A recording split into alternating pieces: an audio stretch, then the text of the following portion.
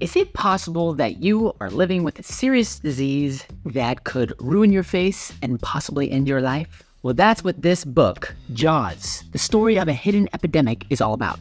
And I'm going to review that with you. Let's go. So, real briefly, thanks to our commenters on the channel, somebody recommended the read, hadn't heard about it, but I'm going to review my thoughts about this book. First thing, what is the disease that they're talking about? Obstructive sleep apnea, OSA. Obstructive sleep apnea refers to the reduced or stopped airflow while you're sleeping. Normally, you can hold your breath real quick and no big deal, as long as you start breathing again. I need it! But if you can't breathe for a really long time, as we all know, suffocation, no breathing, don't want to suffocate. And there is a way to measure if you are having difficulty breathing or are not breathing at all while you sleep. Those are called apneic episodes, all right? Simply stated. There's ways to measure. You can go in and be measured, tested. Sleep studies. Well, there is a medical significance with this disease. For kids, if you're not getting enough oxygen while you're growing, it stunts your growth. Could lead to heart problems. It could result in sleepiness during the day, or sometimes being diagnosed as hyperactivity. Those are 4 common presentations for a child who has OSA. For adults, the significance is, again, heart problems, significant ones, right, that can lead to death. Second, stroke, and then there's sleepiness. Adults drive all the time. If you're getting sleepy because you're not getting good sleep, that could be bad news. So there's the medical significance, OSA. That's the disease that this book is talking about, right? That can destroy your life. All right, now I'm going to read from the front cover. The book Jaws argues that our jaws aren't developing properly and our teeth are increasingly crowded and crooked. Our shrinking and sagging jaws are leading to problems from obstructed airways to less attractive faces. I'm ugly and I'm proud!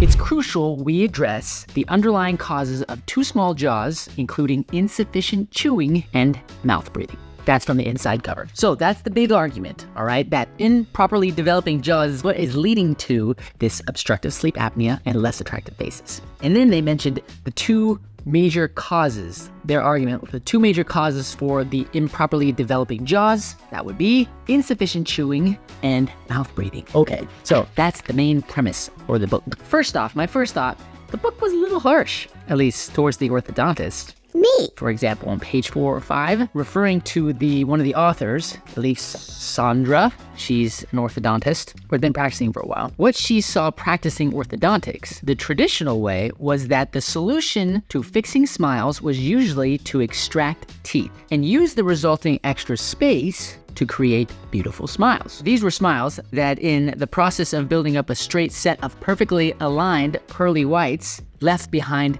destruction to what could have been a strong jawline, easy breathing, and a well-constructed face. Ouch! Destruction? I mean, seriously? What about all the lives changed? All the wonderful things that orthodontists do. Some involve extractions, not all of them. So I think that's a little inappropriate, a little bit harsh. We don't do all extractions. Now, there have been times in the past where extractions were more common, but even still, not everybody that presents to the orthodontist needs to have teeth extracted. And especially nowadays, there are probably less extractions than there were in the past. But orthodontics goes through cycles because we're learning things about how to get the teeth to fit together and how to help the face balance, right? We are looking for a harmonious facial balance.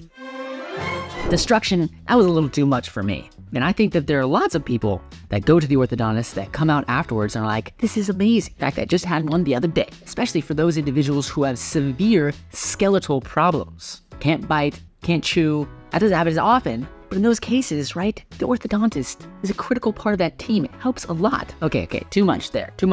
Maybe I'm a little biased. That seemed a little harsh. That was my first thought. Second, the evolution of malocclusion, bad bites, and crooked teeth as part of or in connection with modern eating patterns and the airway. These 2 things as factors related to growth and development are generally accepted concepts in the orthodontic profession. So this book, they make the argument that we're going a little soft. Not just Americans, but in the world in general, in modern industrialized societies, where the diets are now soft. We don't have to chew as much to get through the food. We don't have to spend as much time. And so it's affecting the size of our jaws. If our jaw sizes are smaller, then the teeth can be more crowded. In addition to that, airway, right? If we can't breathe through our noses because of, improperly developing jaws, then that's going to affect our facial form.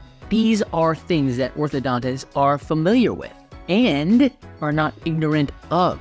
But this is the deal. The reality is the precise effects of mouth breathing and biting, chewing force, these effects, the precise effects that these have on jaw size and position remains unclear. Not everyone, or even most people that have mouths that are open are predominantly mouth breathers, okay? So people walking around, or if you see somebody with their mouth open, it doesn't mean that they are breathing through their mouth. Check this out. See, I'm breathing through my nose, right? So just because you see somebody with their mouth open doesn't mean that that person is predominantly a mouth breather. Then, not everyone, or even most people with a long face are predominantly mouth breathers, or even have a long face because of a lack of adequate biting force. Does that make sense? Right? Just because you see somebody with a long face or see somebody with their mouth open, it doesn't mean that they necessarily don't have enough chewing force, or what we would consider a normal chewing force for somebody with normal facial proportions. You have people all over the place. Currently, anybody who suggests otherwise probably misleading you. Thought number 3, we speculate. The authors come on page 31. The authors come down hard against mouth breathing, poor posture, soft foods, etc. The feeling that I got is if you're not careful and you read this book, you're going to think that they're presenting cold, hard, indisputable facts about those things. If you pay attention, though, the authors do sprinkle in comments like, or ideas similar to, we speculate throughout the book. To me, that is where we are at, speculation. So, my opinion is, don't go sell your house, move to the woods, and give up life as we know it just because this book says that soft foods are bad. In addition, don't give up 200 plus years of orthodontic information research because this book says that braces, extractions, surgery will destroy your face, okay? Speculation. Final thought. Before I get to that though, you're gonna be like, well, of course you would say that because you're an orthodontist. Well, here you go. Page 143.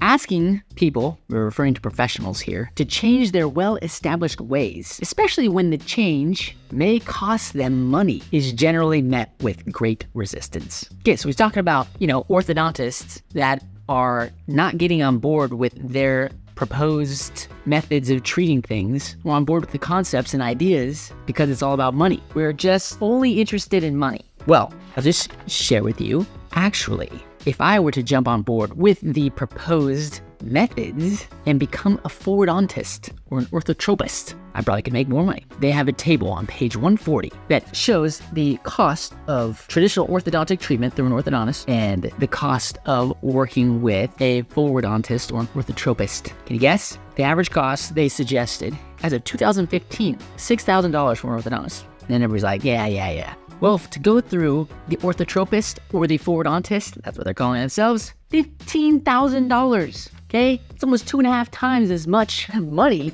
to go through what they're teaching and what they're promoting. And so the argument that we're so biased because we don't want to see the money go away is crazy. We could make way more money and potentially have less work to do because some of the techniques involve just teaching posture and chewing exercises instead of doing braces. I mean, maybe I should be doing that. So, here are some final questions for you to review. Was it all bogus information in this book? No. Is it worth the read? As long as you don't scare easily. What should you do as a result of either knowing this book or hearing this? What can be done? Number 1, eat healthy. Keep your teeth clean so you don't get cavities, right? Like the number 1 way to try and maintain good, healthy teeth. Healthy oral environment. 2, exercise. Maintain a healthy weight. Weight, particularly in men, adult men, has been associated with obstructive sleep apnea. 3rd idea, get good sleep. And if you're not getting good sleep, consider having an official sleep study done to help you evaluate how significant any airway breathing issues are. Idea number 4, if you have any questions about your nose, your ears, your bite, your teeth, go see the specialist, the orthodontist and or the ENT. Get multiple opinions. Idea number 5, watch out for the cheap way to avoid braces and to produce a beautiful bite, because it might end up being more expensive for you in the long run. So, thanks for the invitation to review this. I know it was kind of long, but I feel like it's important. Jaws, the story of the hidden epidemic. Share this with friends, like the video. Let me know what you think in the comments below. But that's all I've got. Just a little PF on so you know where you're going. Packard out.